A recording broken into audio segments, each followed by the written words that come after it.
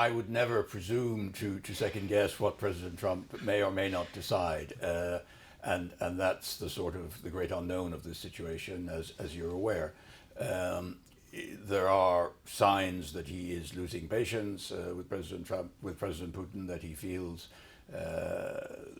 President Putin has perhaps not been completely straight with him in the discussions. Whether that will lead him to conclude that America should put additional sanctions on Russia is an open question. They, of course, have raised the question of tariffs. I think many in Europe, and indeed I think Canada and the UK, are slightly less convinced that blanket tariffs against countries that are importing oil would really have the desired effect. And I think we continue to believe we need to work more on the ports, the shadow fleet, the refineries.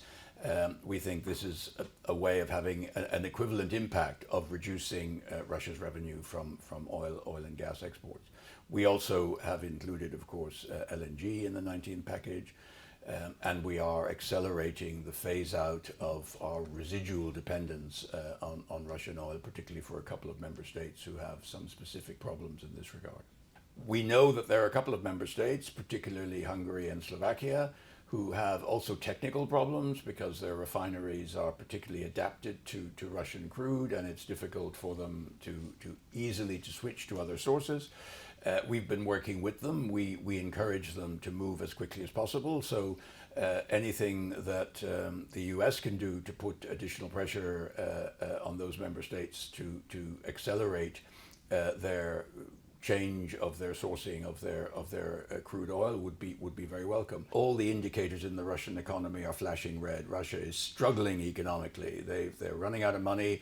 They are struggling with high interest rates, high inflation, with a squeezed labor market, companies being forced to take bad loans by the government to finance the war economy. So all of this is indicative of the extent of the pressure Russia is under as a result of our sanctions. But of course, they are constantly creating new means of circumvention and new ideas about how to get around these sanctions, and we have to close those loopholes. So they will say, and they do say, that they are simply providing normal trade and that they are not providing military support or support for weapons to Russia, and that may be true. I mean, though we do have some evidence of, for example, drones, which maybe are, technically speaking, non-military until they're made military.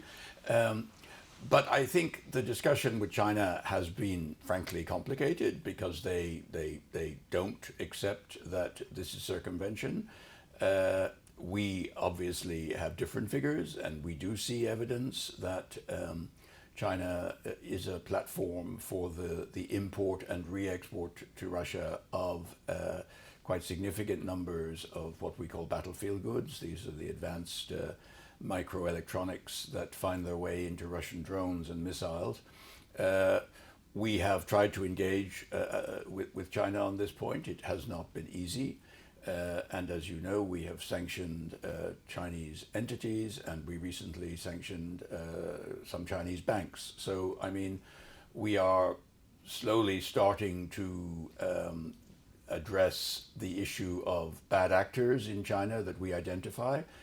We would infinitely prefer to be able to have a more constructive systemic dialogue with China, but so far they seem unwilling to engage on that level.